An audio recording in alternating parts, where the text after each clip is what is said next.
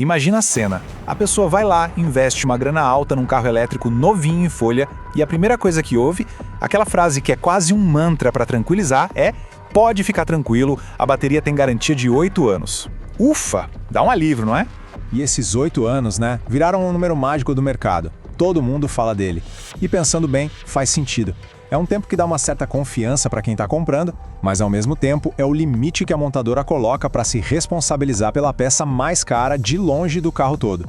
Mas é aí que o papo começa a ficar sério de verdade. Porque ok, e depois que esses 8 anos acabam?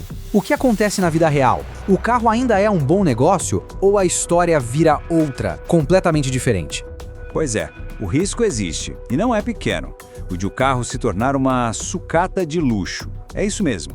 Fica ali um veículo caríssimo, mas que depende de todo um ecossistema de software, de módulos, de peças que, sei lá, podem simplesmente sumir do mapa.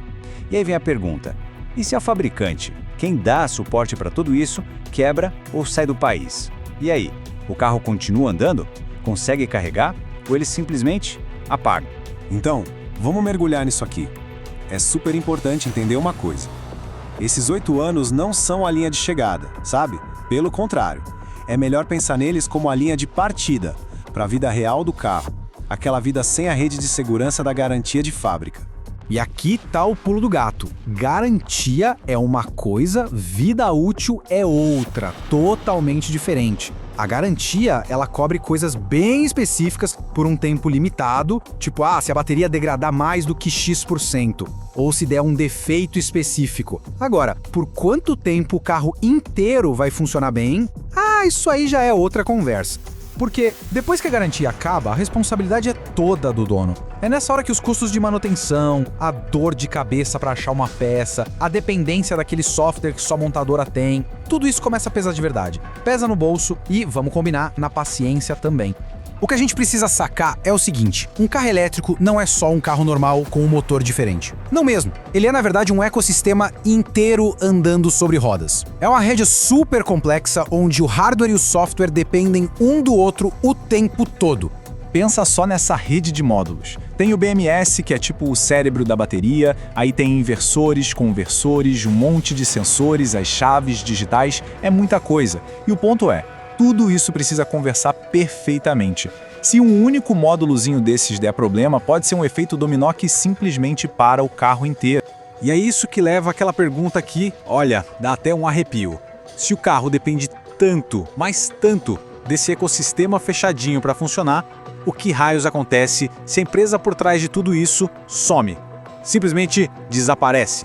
Bora analisar aqui 3 cenários bem realistas do que pode rolar quando o suporte oficial acaba. Porque, né? Nem todo fim é igual.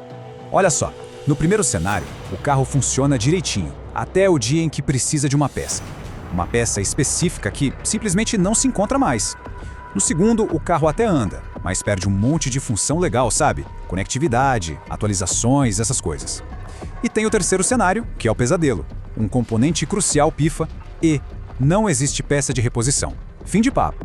E aí, nesse último caso, o carro vira exatamente aquilo: um peso de papel de luxo. E veja bem, não é que a tecnologia elétrica seja ruim, longe disso.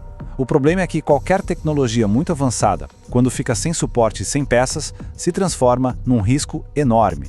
Aí alguém pode pensar: se tudo der errado, é só arrancar o motor elétrico e botar a combustão. Parece uma saída genial, né? Só que na prática, isso é quase impossível. E a gente já vai entender por quê.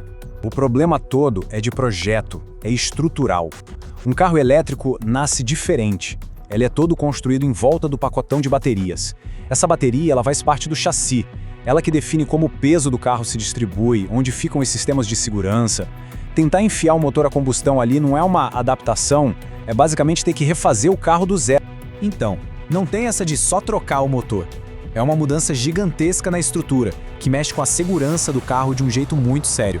Fora toda a burocracia para legalizar uma modificação dessas. Resumindo, não é uma solução viável para a grande maioria das pessoas. Ok, mas e se a bateria só morrer? Bom, aí a gente está falando de carregar um peso morto de, em média, uns 500 quilos. É isso mesmo, meia tonelada de peso inútil que o carro vai ter que arrastar para tudo que é lado. E o que significa carregar esse peso todo à toa? Significa que o carro vai gastar mais energia, vai andar menos e vai acabar com os pneus e a suspensão muito mais rápido. No fim das contas, a experiência de dirigir, que era para ser legal, vira um trambolho. Tá, então por que não só tirar a bateria e pronto? Não é bem assim. Em muitos carros elétricos, a bateria é parte da estrutura. Ela ajuda a dar rigidez para o chassi. Se tirar, a segurança do carro pode ir para o espaço. E, de qualquer jeito, sem bateria, o carro nem liga. Ou seja, tirar a bateria é basicamente assinar o atestado de óbito do veículo. Então, vamos amarrar tudo isso com o que, no fim do dia, mais importa: o dinheiro. Como é que todo esse risco técnico se traduz em prejuízo financeiro? Bom, o valor de revenda de um elétrico usado sem garantia vai depender totalmente de algumas coisas. A marca tem uma rede de oficinas boa? É fácil achar peça? Uma oficina de bairro independente consegue mexer nele? Se a resposta para essas perguntas for não, aí o risco sobe lá no teto e o valor do carro, despenca. Porque no final das contas, é essa pergunta que qualquer pessoa interessada no usado vai fazer. Beleza, mas e se dá um problema sério? Eu consigo arrumar? É a confiança de que o carro tem conserto que segura o preço dele. Se essa confiança não existe, o valor vai pro chão. E isso tudo leva a gente para uma reflexão importante, né? Um carro não é um celular. Ninguém compra um carro pensando em trocar daqui a 2 anos. É um bem que é para durar, um investimento de longo prazo. Então, fica a pergunta no ar.